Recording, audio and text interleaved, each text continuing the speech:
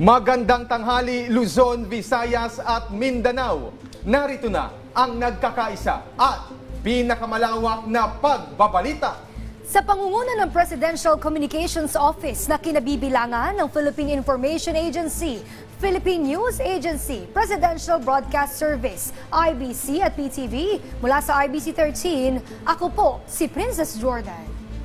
Ihahatid namin ang mga komprehensibo at mahalagang balita mula sa iba't ibang bahagi ng bansa. Mula naman sa PTV, ako si Alan Francisco. Ito ang Balitang Pambansa!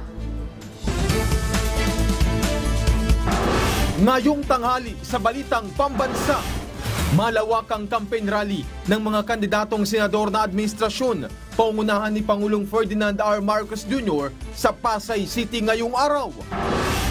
Presidential Task Force on Media Security, masayang ibinalita na walang kagawad ng media ang nasawi noong 2024. Dating Pangulong Rodrigo Duterte, sinampahan ng kaso ng PNP Criminal Investigation Group dahil sa kill remarks nito laban sa mga senador.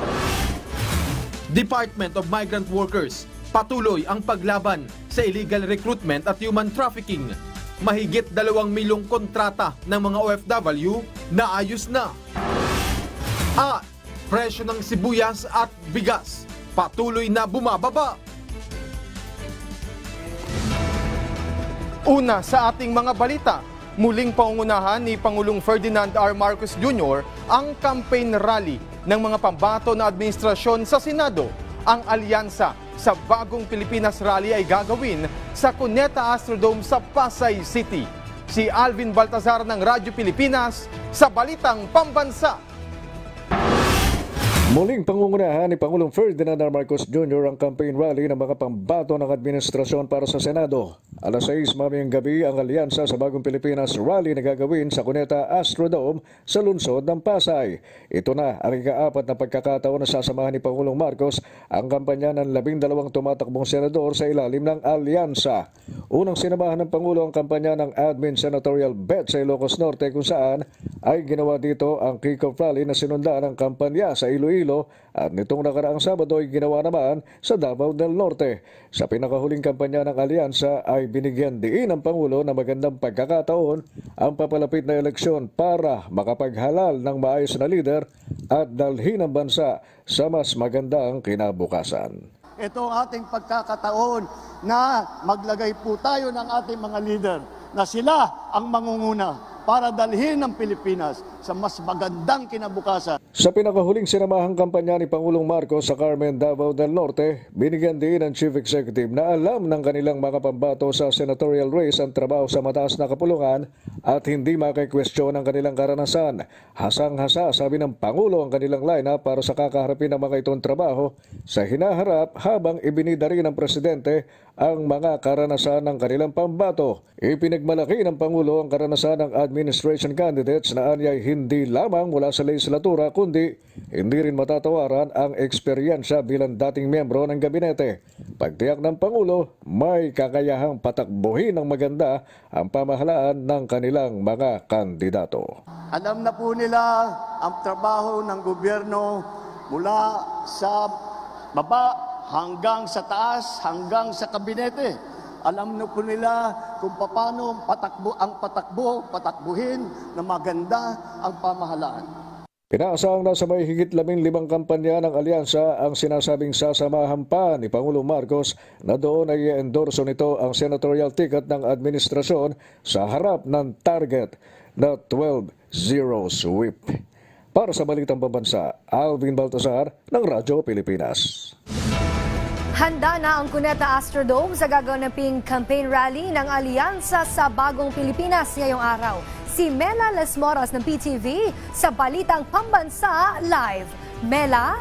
Hangad ng mga taga-alyansa para sa Bagong Pilipinas na maipaabot sa mga taga-Metro Manila ang kanilang mga plano at plataforma para sa bansa. Kaya naman ngayong araw, matapos sa mga probinsya ng Luzon, Visayas at Mindanao, dito naman sa Pasay City ang lokasyon ng kanilang campaign rally. Sa paligid pa lang ng Cuneta Astrodome dito sa Pasay City, nakapaskil na ang mga tarpaulin ng mga pambato sa pagkasenador ng Alyansa para sa Bagong Pilipinas. Maagang dumating ang mga taga-suporta ng ilang kandidato. Ang mga pulis nakabantay na rin sa iba't ibang panig ng venue. Nakahandaan na rin ang medic station, portalets at iba pang kagamitan sa lugar. Sa loob ng venue, nakasetup na rin ang stage at mga upuan. Nasa marami ang mabibigyan ng pagkakataon na makilahok dito. Para sa mga hindi makakapasok, may viewing area na rin sa labas. Pangungunahan ni Pangulong Ferdinand R. Marcos Jr. ang pagtitipon. Ayon kay Navotas City Representative Toby Chanco, campaign manager ng Alyansa para sa Bagong Pilipinas, nagsimula sila sa Ilocos Norte at sumunod din sa Visayas at Mindanao at ngayon nasa Metro Manila na sila. Mahalagaan niya ang NCR para magwagi ang kanilang mga pambato sa Hatol ng Bayan 2025. Kaya't sa campaign rally ngayong araw, ilalatag nila ang kanilang mga plano at plataforma para sa bansa. Princess, sa mga puntong ito ay nakaabang din tayo sa gaganaping press conference ng Alyansa para sa Bagong Pilipinas. Dito inaasahang harap yung mga senatorial candidate ng administrasyon para naman sagutin yung mga katanungan ng NIDA ukol sa mahalagang isyu ngayon. Princess? Maraming salamat, Mela Las Moras ng PTV. Ikinatuwa ng Presidential Task Force on Media Security ang ulat na walang journalist ang napaslang sa ilalim ng administrasyon ni Pangulong Ferdinand R. Marcos Jr. nitong 2024 sa panayam ng Radyo Pilipinas. Sinabi ni PTOFMS Executive Director Jose Torres Jr. na ang pinakabagong report ng Committee to Protect Journalists ay resulta ng pagtutulungan ng iba't ibang sektor mula sa mga pulis, pamahalaan, civil society group at iba't ibang media organization at para patuloy na maprotektahan ang mga mamamahayag. Nagsasagawa ng mga training ang task force sa iba't ibang panig ng bansa. Kabilang dito ang pag-cover ng mga kalamidad at ngayong nalalapit na 2025 midterm elections. Bukod dito, minomonitor din ng PTOMS ang mga kaso ng pagpatay sa mga journalist para mapanagot ang mga nasa likod ng pagpaslang. Giit pa ni Torres, patuloy nilang isusulong ang mga hakbang ng gobyerno sa ilalim ni Pangulong Marcos para maprotektahan ang mga miyembro ng media. Napakaganda balita po yan at really we welcome yung ulat na yan, yung balita ng Committee to Protect Journalists dahil for so many years tayo po ay nasa listahan ng maraming napapaslang na media. Pangulong Ferdinand R. Marcos Jr. kinilala ang iba't ibang programa ng Department of Social Welfare and Development at kasabay ng anibersaryo ng kagawaran ngayong araw sa pangunguna ng Pangulo ay inilunsad na ang ilang bagong proyekto ng DSWD na tiyak na makatutulong sa mga Pilipino. May balitang pambansa si Kenneth Pasyente ng PTV. Yes, Princess, pinangunahan nga ni Pangulong Ferdinand R. Marcos Jr. ang ika-74 na taong anibersaryo ng Department of Social Welfare and Development. Sa naturang aktibidad, Princess, binigyang diin ng Pangulo ang kahalagahan ng pagtatrabaho ng DSWD pati na ang mga napagtagumpayan nitong programa na malaki ang naitulong sa maraming mga Pilipino. Kabilang sa pinuri ng Pangulo ang 4Ps, Sustainable Livelihood Program at ang mabilis na pagtugon ng DSWD lalo na sa panahon ng sakuna. Kasabay ng anibersaryo ng ahensya, mismong ang Pangulo rin ang nanguna sa paglulunsad ng mga bagong programa ng DSWD. Kabilang na riyan ang Pamilya sa Bagong Pilipinas Compendium na magbibigay diin sa malawakang serbisyo ng DSWD. Layunin nito na ipakilala ang mga programa na hindi lamang tumutuon sa pinansyal na tulong, kundi pati na rin sa psychosocial interventions, care at residential facilities para sa iba't ibang sektor ng lipunan. Pinasinayaan din ang HELPS o Harmonized Electronic License and Permit System at MTA o Minors Traveling Abroad Systems. Ang HELPS ay isang online platform para sa mas madaling registration, lisensya at accreditation ng Social Welfare and Development Agencies o SWDAs. Habang ang MTA naman ay para sa online application ng mga minor de edad na nagnanais lumabas ng bansa. Alinsunod ito, Princess, sa pagpapalakas ng digitalisasyon at streamlining ng serbisyo publiko ng DSWD. Sa huli, Princess, hinimok naman ng Pangulo ang DSWD na patuloy na magtrabaho para sa ikauunlad at ikadadali ng pamumuhay ng bawat Pilipino. At yan na muna ang latest. Balik sa iyo, Princess. Maraming salamat, Kenneth Pasyente ng PTV. Samantala, walang balak si CIDG Director PM General Nicolas Torre III na iatras ang kasong isinampa laban kay dating Pangulong Rodrigo Duterte. Kaugnay ito ng kanyang pahayag na pagpatay laban sa mga incumbent senators. Mariing nanindigan si Torre na kusang loob at walang sino man ang nag-utos sa kanya na magsampa ng kaso laban kay Duterte. Git ni Torre na ginawa niya ito bilang isang Pilipino, isang pulis at walang halong politika. Kahapon ng formal na sampahan ni Torre si Duterte ng DOJ o sa DOJ ng inciting to sedition at unlawful utterance. Kaya nga hindi tayo siseryosohin ng ibang mga bansa at ng iba pang mga tao kung ganyan na ganyan ang policy natin na para bang nag-normalize na lang sa atin ang violence at wala ng batas. Hindi po pwede yan. Hindi makokompromiso ang mga miyembro ng PhilHealth kapag inilipat ang kanilang pondo sa Bureau of Treasury. Ito ang reaksyon ni dating Finance Secretary Margarito Teves Jr. sa kasalukuyang oral argument sa Supreme Court hinggil sa paglilipat ng pondo ng PhilHealth na nagkakahalaga ng 89.9 billion pesos. Ayon kay Teves, may sapat na pondo ang PhilHealth para ipagpatuloy ang pagbibigay ng benepisyo sa kanilang mga miyembro, kasama na ang mahihirap. Nitong third quarter ng 2024, nasa 682.2 billion pesos ang total asset ng PhilHealth na may 510 billion pesos na maaring gawing cash. Binigyang diin ni Teves na sapat ang mga pondong ito para ibigay ang pangailangan ng mga miyembro at ang mga obligasyon nito. Samantala, dinagsa ng ating mga kababayan ang Love for All Caravan sa Navotas Sports Complex. Si Bernard Ferrer ng PTV sa Balitang Pambansa Live. Bernard? Princess, nagpapatuloy ang paghahatid ng libreng konsultasyon, gamot, vitamins at iba pang serbisyong medikal sa Love for All Caravan dito sa Navotas Sports Complex. May nararamdamang sakit sa tiyan si Clarita kaya maaga siyang nagtungo sa libreng konsultasyon ng Love for All Caravan sa Navotas Sports Complex. Kwento niya, bagamat hindi palagi ang sumasakit, mas pinili niyang magpatingin upang makakuha ng tulong mula sa mga espesyalista. Mahalaga po para sa amin yun. Para sa kalusugan namin po yan, kaya papasalamat nga po ako kay First Lady. Ang Love for All ay isang proyekto sa pangunguna ni First Lady Liza Araneta Marcos na naghahandog ng libreng check-up, gamot, vitamins at iba pang serbisyong medikal para sa komunidad. Dati nung nag-umpisa kami, siguro 3 o 4 lang kaming nagtutulong. Ngayon ang dami-dami. So maraming salamat. Nakakataba ng puso. Bukod sa serbisyong pangkalusugan, maaaring mag-avail ng tulong mula sa iba't ibang ahensya ng pamahalaan tulad ng Pag-ibig Fund kung saan maaaring i-verify ang Pag-ibig membership, loan at updates ng account. Ang PhilHealth ay mayroon ding e-consulta membership, verification at updates upang masulit ang benepisyong pangkalusugan. Habang ang Public Attorney's Office ay may libreng notary services at legal advice. Narito rin ang Department of Agriculture, Technical Education Skills Development, Go Negosyo, Senate Assist, Commission on Higher Education, Development Bank of the Philippines, Philippine Charities Sweepstakes Office, National Housing Authority, Department of Social Welfare and Development. Sa pamamagitan ng Love for All, naipapakita ang community-centered healthcare initiatives. Dito direktang naibibigay sa mga residente ang mahalagang serbisyong kinakailangan nila. Princess, batay sa pinakuling datos, mahigit 15 milyong Pilipino ang nabigyan ng tulong at serbisyo sa Love for All sa iba't ibang panig ng bansa. Balik sa iyo, Princess.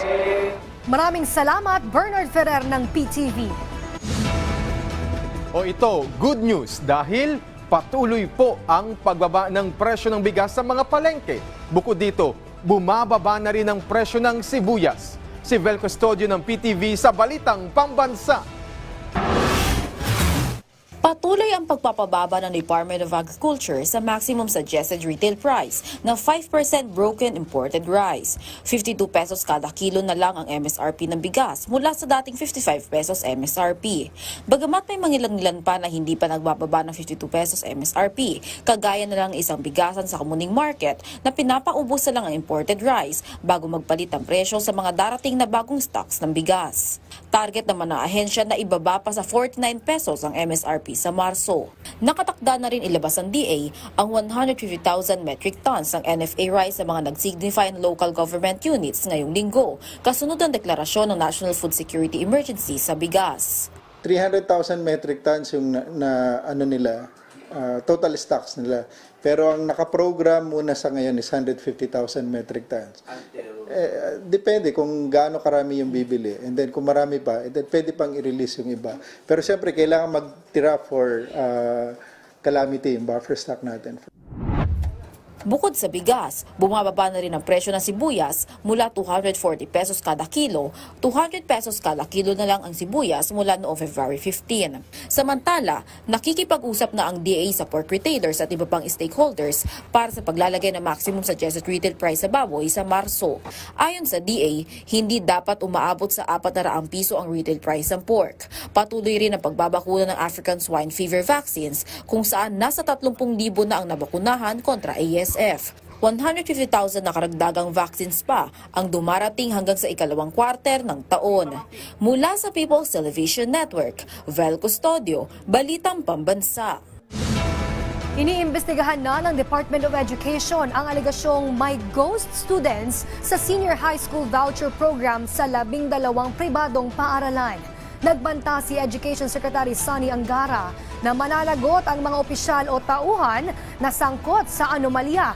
Posible ring ipatigil o tanggalin ang accreditation ng mga paaralang mapapatunayang lumabag sa patakaran ng programa. Binigyang diin ni Angara na seryoso ang DepEd na imbestigahan ang maling paggamit ng pondo. Nilinaw ng Department of Migrant Workers na walang ipinatutupad na mass deportation ngayon sa Estados Unidos para sa mga undocumented Filipinos sa nasabing bansa. Sa panayam sa Bagong Pilipinas ngayon, sinabi ni DMW Secretary Hans Liu Kakdak na ayaw niyang magkaroon ng takot ang mga undocumented Filipinos sa nasa Amerika. Tiniyak naman ni Kakdak ang pakikipag-ugnayan kay Department of Foreign Affairs Secretary Manalo at De Vega, maging sa mga konsulada ng pamahalaan sa Estados Unidos para matiyak ang kapakanan ng ating mga kababayan. Sa ngayon, wala hong deportation na nangyayari, but the DMW stands ready. Again, yung mga nabanggit ko na kanina, Action Fund and Once Repatriation Command and Reintegration, lahat yan will come into play once an OFW requires repatriation, whether in the United States or elsewhere. Nauwi sa debate sa pagitan ng delegado ng Pilipinas at China ang roundtable discussion sa 61st Munich Security Conference sa Germany. Sa gitna ito na nagpapatuloy na tensyon sa West Philippine Sea. Sa talakayan, muling binigyang diin ni Department of Foreign Affairs Secretary Enrique Manalo ang karapatan ng Pilipinas sa West Philippine Sea. Alinsunod yan sa international laws, partikular ang United Nations Convention on the Law of the Sea o UNCLOS. Ipinunto rin ni Manalo na mabisang solusyon sa pagbawas ng tensyon ay ang pagsunod sa international laws. Samantala sa kanyang bahagi, ipinaliwanag naman ni former Chinese Vice Foreign Minister Fu Ying ang pagkabahala ng China sa posisyon ng Amerika kung pag-uusapan ang South China Sea. Habang binigyang diin din ni Fu Ying na hindi maaaring sumang-ayon ng China na sakupin ng Pilipinas ang Ayungin at Sabina Shoal dahil ito ay isang paglabag sa declaration ng the Code of Conduct of Parties in the South China Sea. Iimbestigahan ng Presidential Anti-Organized Crime Commission o PAOC ang isang four-star hotel dahil sa pagpapagamit ng kanilang basement para sa mga iligal na aktibidad. Bistado ng PAOK ang 6 na Koreano at 15 Pilipino sa pag-raid ng inihinalang Pogo Den matapos makatanggap ng mission order mula kay Bureau of Immigration Commissioner Joel Anthony Viado. Dahil sa natanggap na intel, Ayon kay PAOK spokesperson Winston Casio, kailangang malaman ang panagutan ng naturang hotel sa pagpapagamit ng basement ng establishmento. Samantala, mahaharap ang mga sospek sa patong-patong na kaso, kabilang na ang paglabag sa Securities Regulation Code, illegal gambling in relation to RA 10175, money laundering at ang Anti-Financial Account Scamming Act at iba pa. Imposible lamang hindi nila alam sapagkat naglalabas-masok po 'yon sa kanilang sa kanilang hotel. So aalamin din natin yung kanilang pananagutan dito sa usapin na ito. Imposible kasi na hindi nila alam at facility po nilang ginagamit. Marami pa ring nahuhuling mga pasaway na motorista na hindi nagkakabit ng plaka sa kanilang sasakyan. Yan ang kinumpirma ni LTO Chief Assistant Secretary Vigor Mendoza II sa panayam sa kanya ng Radyo Pilipinas. Babala ni Asik Mendoza, magmumulta ng 5,000 piso ang mga mahuhuling motorista na lalabag dito alinsunod sa Land Transportation and Office Traffic Code of the Philippines o RA 4136. Git pa na opisyal, walang backlogs o kakulangan sa mga plaka para sa mga four-wheel vehicle. Kung kaya't wala aniyang dahilan para hindi magkabit ng plaka ang mga motorista. Samantala, inaasahan na matatapos ang backlog sa plaka para naman sa mga motorsiklo sa darating na Hunyo o Hulyo. Marami tayong nahuhuli, na pag-silip natin, nandun na pala ang plaka sa likod ng kotse nila. Yun. So, may penalty po kasi 5,000 po yun eh.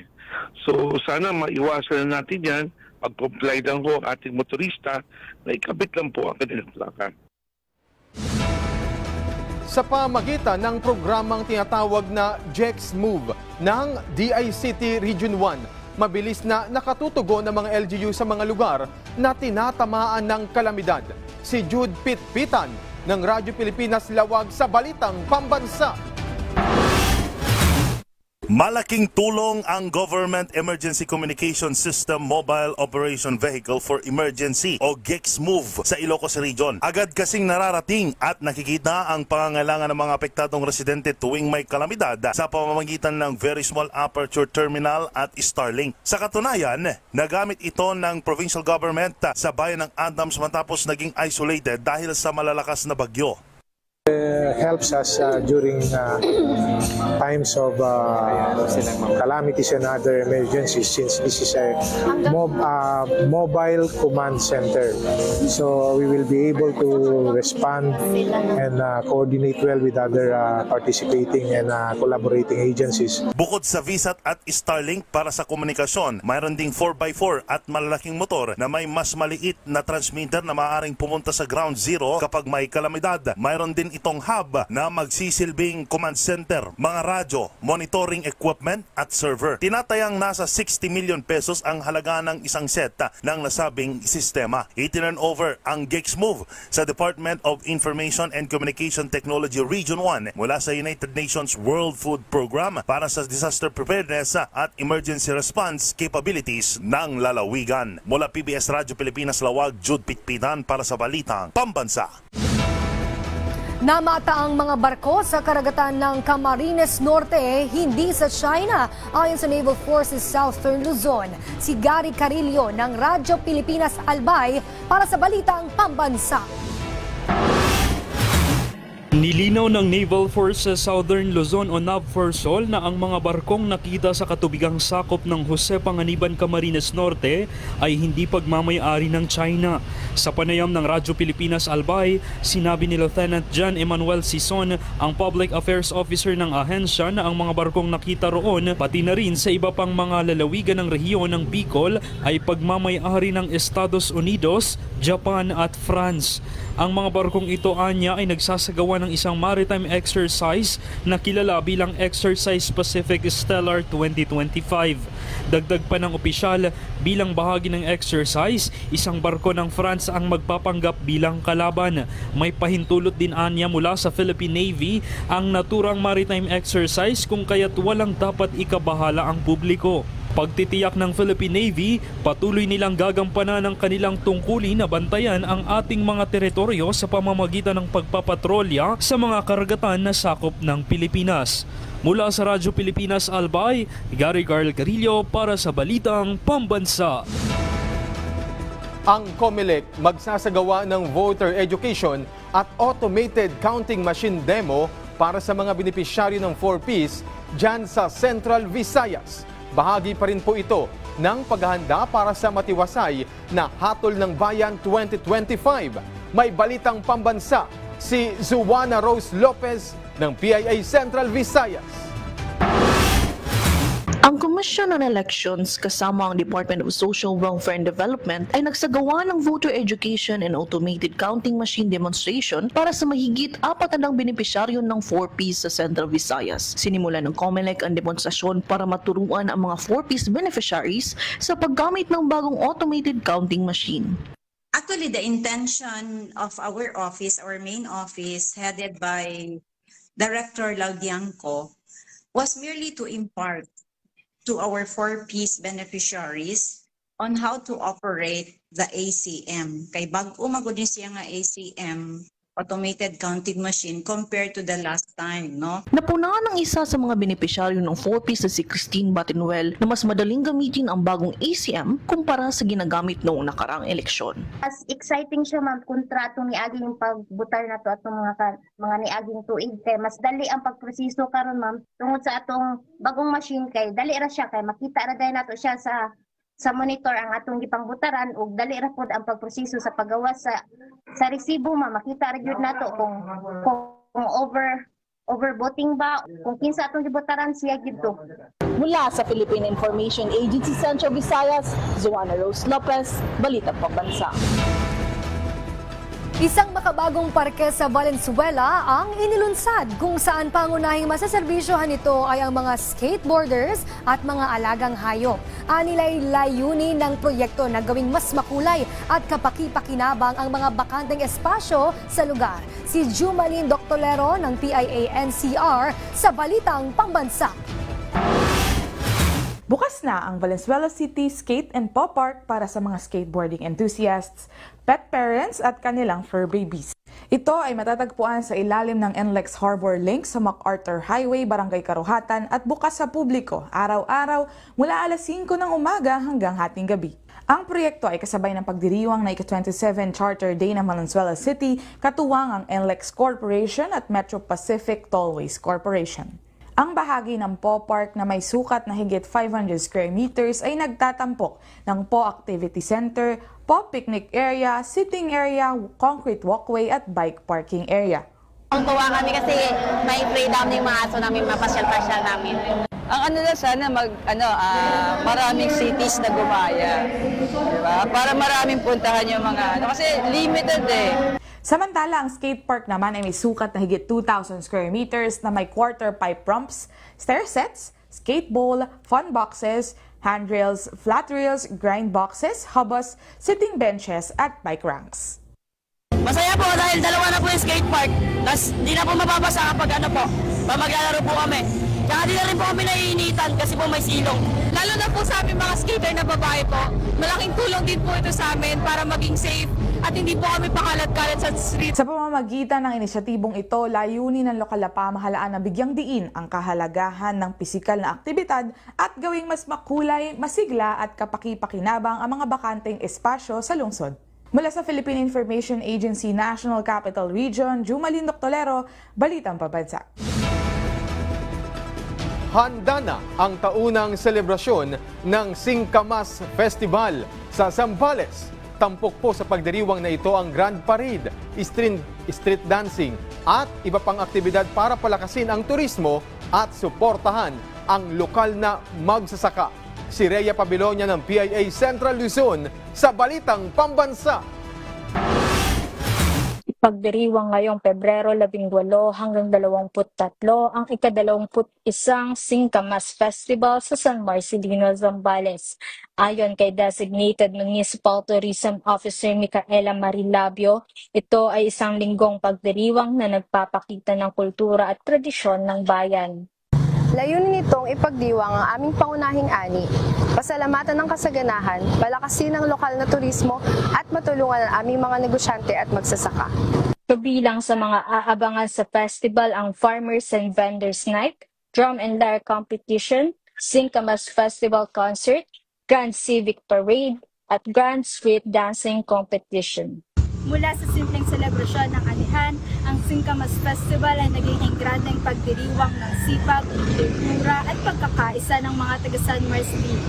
Mula sa Philippine Information Agency, Gitnang Luzon, Rhea Pabelonia para sa Balitang Pambansa. Samantala, abangan sa programang Bagong Pilipinas Ngayon ang mainit na talakayan kasama si Solicitor General Menardo Guevara tungkol sa 2024 performance report ng kanilang tanggapan. Susunod na po yan, kaya tutok lang dito sa inyong pambansang TV, ang PTV. At dyan po nagtatapos ang 30 minutong ulat sa bawat sulok ng bansa. Samahan nyo kaming muli mamayang alas 6 ng gabi para sa updated at pinalakas pang balitaan. Mula sa PTV, ako si Alan Francisco. Ito ang pinalawak na puwersa sa pangunguna ng Presidential Communications Office, kabilang ang Philippine Information Agency, Philippine News Agency, Presidential Broadcast Service, IBC at PTV. Mula sa IBC 13, ako naman po si Princess Jordan, hatid sa inyo ang komprehensibong paghimay sa mahalagang usapin dito lang sa Balitang Pambansa.